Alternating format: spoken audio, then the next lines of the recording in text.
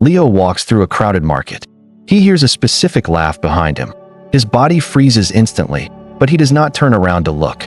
The air in his lungs feels heavy and thin. He carries a weight that has no physical form. It is a ghost living in his muscle. He has carried this weight for 10 years. He no longer remembers what his shoulders felt like before the heavy burden arrived and decided to stay. The brain has stopped trying to process the loss. It has integrated the absence into the structural foundation of Leo's daily existence and mental state. The mechanism is chronic emotional incorporation. The brain treats a past wound as a current limb. The trauma is no longer an event, it is architecture. Leo views the world through a gray lens. He believes this is simply how the world looks. He has forgotten that the lens can be removed. The individual becomes a museum of what is gone. Every thought is a hallway leading back to a door that was locked a very long time ago. The nervous system remains in a state of low-level alarm. It scans every stranger for a face that it knows will never appear in the crowd. The machinery of the mind has adapted to the shadow. It calculates the cost of joy and decides the price is much too high to pay. Leo is a biological archive. He is not living a life. He is maintaining a shrine. The mechanism ensures that the flame never truly goes out. The brain values the pain because the pain is the only thing left of the person who vanished. To heal is to lose them twice. This is the quiet tragedy of the mind. It chooses to suffer so that it can keep the dead alive within the electrical pulses of memory. Sarah sits at the kitchen table. She is 7 years old. Her father tells her that her beloved dog is never coming home from the vet. She starts to cry loudly. Her mother tells her to be brave and go to sleep. The emotion is pushed down into the dark basement. The brain learns a dangerous lesson very early. It learns that expressing the depth of a loss leads to a loss of social safety and connection. The mechanism of initial suppression begins here. The mind creates a mental container for the grief. It promises to open the container later, but never does. Social conditioning reinforces the silence. The world rewards the child who moves on quickly. It punitors the child who remains stuck in the heavy, dark mud.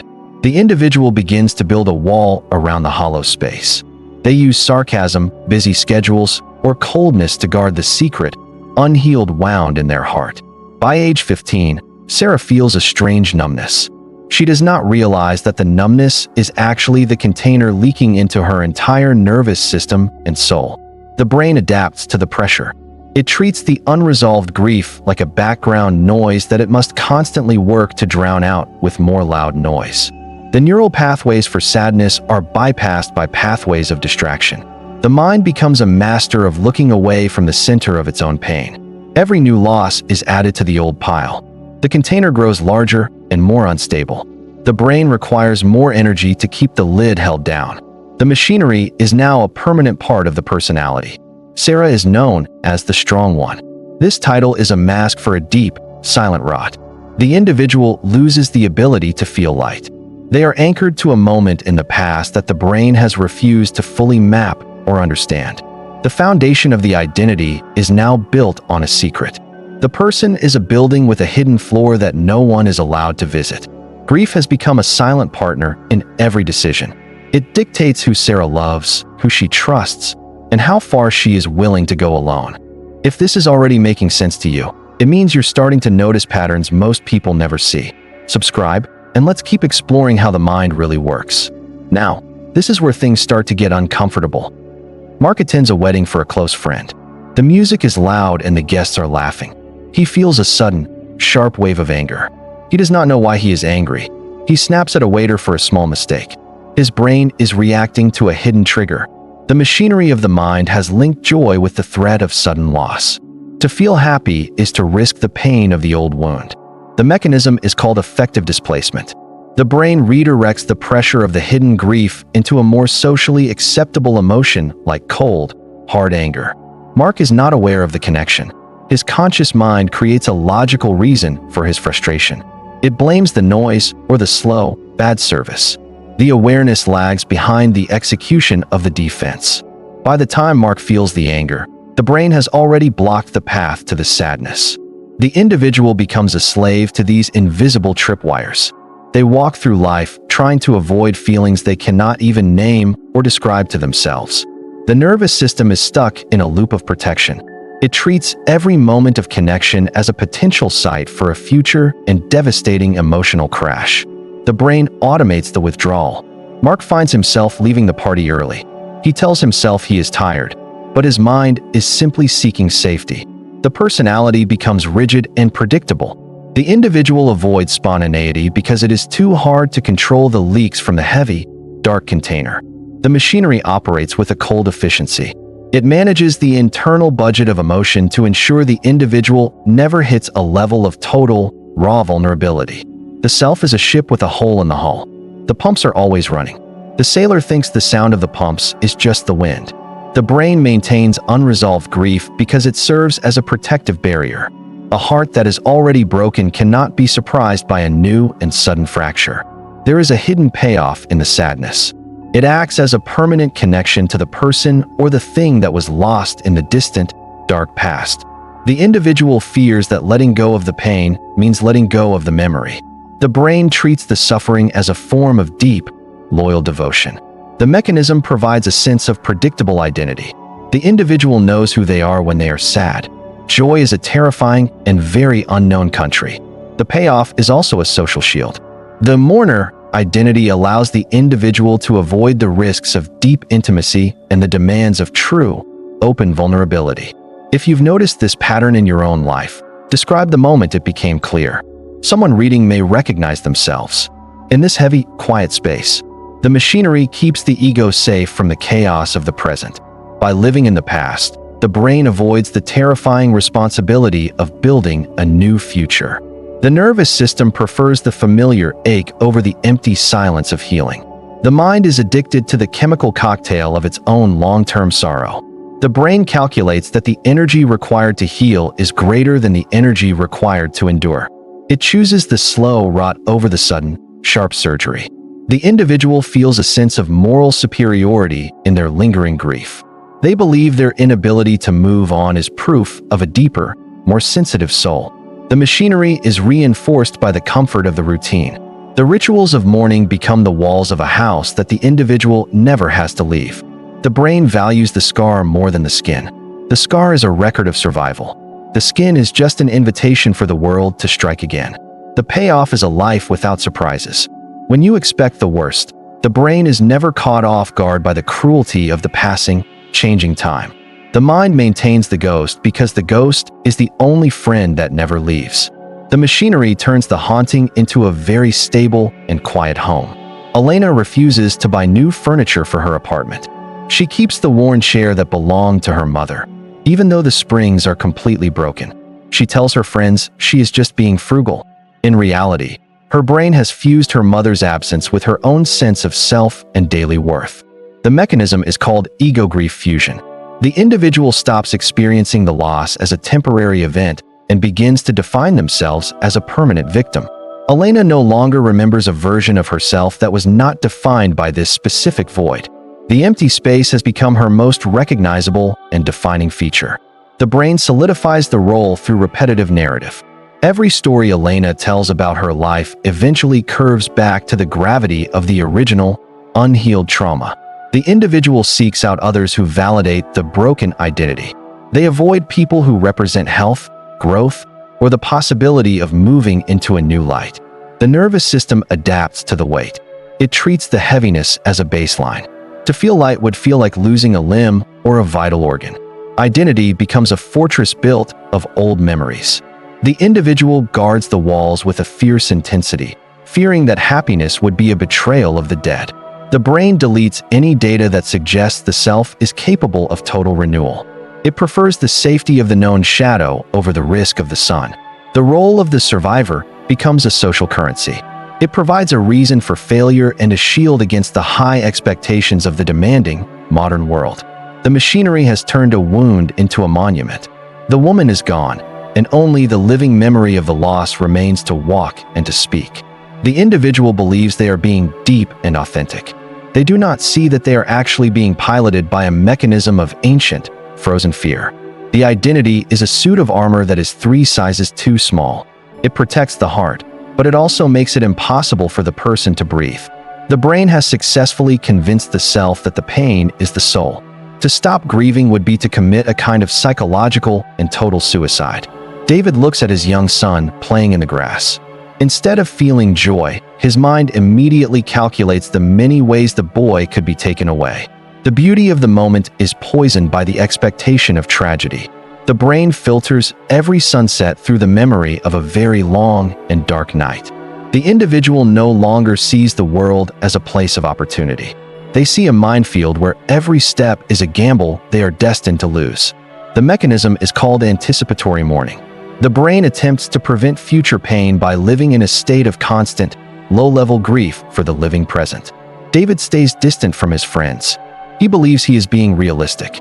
His brain is actually preventing the formation of bonds that it cannot afford to lose. If you've noticed this pattern in your own life, describe the moment it became clear. Someone reading may recognize themselves. In this gray, filtered reality, the individual becomes blind to the presence of beauty. They only see the shelf life of things. They see the decay before the flower has even fully bloomed. The brain distorts time. The past is loud and vibrant, while the present is a thin and flickering shadow. The future is a dark and empty room. Trust is viewed as a dangerous illusion.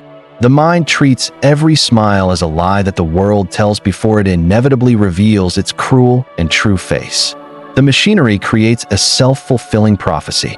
By acting as if everyone will leave, the individual eventually pushes everyone away with their own cold and fearful hands. Perception is a prison of what if. The mind is so busy bracing for the next blow that it cannot feel the warmth of the current, steady hand. The individual believes they have achieved a secret and profound wisdom. They do not realize they are just seeing the world through a thick, dirty glass. The filtered reality provides a false sense of control. If you never hope, you can never be disappointed by the sudden and sharp turns of fate. The mind is a radar station that only looks for ghosts. It misses the living world because it is too busy tracking the movement of the dead shadows. Arthur stands in the middle of a celebration and realizes he is the only person not breathing. He sees his own internal ghost clearly for once. The realization is not a relief. It is a cold and clinical observation of a machine that has been running on autopilot for many lonely years. The brain begins to track the way it kills its own joy. This awareness creates a tiny gap between the feeling and the permanent, heavy identity. The mechanism is called metacognitive detachment. The individual starts to watch the grief move like a weather system rather than believing they are the storm. Arthur notices how his voice drops when he speaks of the future. He sees the invisible hand that pulls him back into the familiar, dark corner. The individual does not find a cure in this moment. They simply lose the ability to pretend that the shadow is a natural part of the world. Awareness is a flashlight in a cellar. It reveals that the walls are not made of stone, but of habits that the brain has carefully maintained. The mind feels a sudden and sharp vertigo. Without the constant weight of the grief to ground it, the ego feels like it might simply float away. The individual sees the cost of their loyalty to the past. They count the years lost to a memory that does not even have a physical body. There is no resolution in this state of being. The person is just a prisoner who has finally realized that the cell door was never actually locked. The perspective shift makes the old comforts feel like poison. The sad songs and the dark rooms now feel like a cage rather than a sanctuary. Arthur continues to feel the ache. But now he knows the ache is a choice made by a brain that is too afraid to be happy. The machinery hums with a new, uncomfortable frequency. The mind is aware of the lie, but it does not yet know how to speak the truth. The individual is a witness to their own self-imprisonment. They see that the ghost they loved was actually a chain they forged with their own hands. The mind is at a crossroads where the air is thin. It can go back to the dark or step into a light that it does not know. Rachel knows that her constant talk of the past is driving her new friends away. She sees their eyes glaze over as she starts the story. She wants to stop the words. Yet, the brain pushes the narrative forward like a train that has lost its brakes on a very steep and icy hill. The mechanism is the reiteration loop. The brain repeats the trauma to try and find a different ending, but it only succeeds in deepening the rut. The neural pathways are like deep canyons in the sand. The water of thought always flows into the same dark and familiar place regardless of the intent. Rachel feels a sense of shame after every social interaction, but the shame only fuels the need to retreat back into the safety of her grief. The individual experiences a split between the will and the habit. One part wants to be new, but the other part is addicted to the old. The brain treats the awareness as a new form of suffering. It starts to grieve the fact that it is grieving, adding a new layer to the cage. The loop is a closed circuit of energy. The more Rachel tries to fight the pattern, the more power she gives to the machinery of the past. The mind is a master of sabotage. It creates small crises to justify the return to a state of mourning and the familiar, heavy, dark comfort. Social pressure acts as a trigger rather than a cure. The world's demand for her to be happy only makes the internal ghost scream much louder. The individual becomes tired of their own story, but the story is the only thing that keeps them from the terrifying silence of an empty heart. Eventually, the brain finds a way to integrate the awareness into the performance. It becomes a person who is working on their deep, unresolved trauma. The loop continues because the brain perceives the end of the grief as a death. It will do anything to keep the engine of sorrow running. The quiet loop is the sound of a heart trying to beat while a hand is squeezing it tight. It is the pulse of a frozen life. The pattern is a circle that never closes. The individual remains a ghost haunting their own living body, waiting for a permission that never truly comes. Thomas stands in front of his reflection and tries to remember the face he had before the loss became his only true and constant skin. He looks into his own eyes and realizes that the person he is mourning has been replaced by the act of mourning itself in his mind. The brain reaches a point of total structural collapse. The individual understands that the grief is not a visitor. The grief is now the entire house. The mechanism is identity confrontation. The mind admits that the unseen machinery has successfully erased the original self to make room for a permanent shadow. Thomas touches the glass and feels the cold. He realizes he has used his pain to avoid the terrifying work of actually being a living man. The individual confronts the void. They see that they have been holding on to a ghost to avoid facing the silence of their own empty, present life. This is the terror of the final mirror. The observer realizes they are a person built out of absences and the echoes of things that are gone. The brain searches for a spark of genuine desire. It finds only the dusty relics of a past that it has polished into a heavy, dark crown. The individual sees that their loyalty was a form of cowardice. They chose the dead over the living because the dead do not ask for anything. The mirror shows a man who has become a living grave. He is beautifully kept, but there is nothing breathing behind the stone of his cold face. The machinery of the ego begins to shudder. Without the shield of the tragedy, the mind is exposed to the raw and biting wind of today. The individual is a historian of a country that burned down decades ago. They have the maps, but they have nowhere left to actually go or stay. The truth is a heavy silence. The person is awake, but they are standing in a field of ashes that they have spent a lifetime carefully watering. The confrontation is the end of the excuse. The person sees that the unseen machinery was a choice they made to stay safe and very small. The self is a hollow bell. It only makes a sound when it is struck by the memory of a hand that is no longer there to hit. The transformation of grief into personality is a masterpiece of biological survival. The brain builds a cage to keep the heart from ever feeling again. We are a society of walking museums. We carry our losses in our posture, our tone, and the way we refuse to look each other in the eye. The individual cannot simply let go. The unseen machinery is too deeply woven into the fabric of the nervous system to be easily pulled out now. Identity is often just the shape of what we have lost. We are defined by the holes in our lives and the ghosts we refuse to bury. If you've noticed this pattern in your own life, describe the moment it became clear. Someone reading may recognize themselves. In this final, quiet room, the question remains for the mind. If you laid down the weight of your past, would you even know how to stand up straight in the sun? The brain does not want the answer. It prefers the heavy comfort of the old burden. The machinery will continue to hum in the deep, dark night. The mechanism is running right now. You are measuring the size of your own internal ghost. You are wondering if you are the ghost or the host. The mirror is waiting. The shadows are long. The machine is patient. You are a collection of memories trying to pretend that you are actually very real. This is the architecture of the unhealed soul. It is a monument to the gone, built by a builder who has forgotten how to live in today. The pattern is exposed. The surgeon has closed the file. but the shadow is still standing exactly where you left it a very long time ago. Stay curious about the weight you carry. The more you see the machine, the less it can trick you into thinking the pain is your only name. Describe the ghost you are keeping alive below. Perhaps by naming the absence, you can finally see the space where your life is supposed to be. There is no resolution for the haunted. There is only the study of the haunting.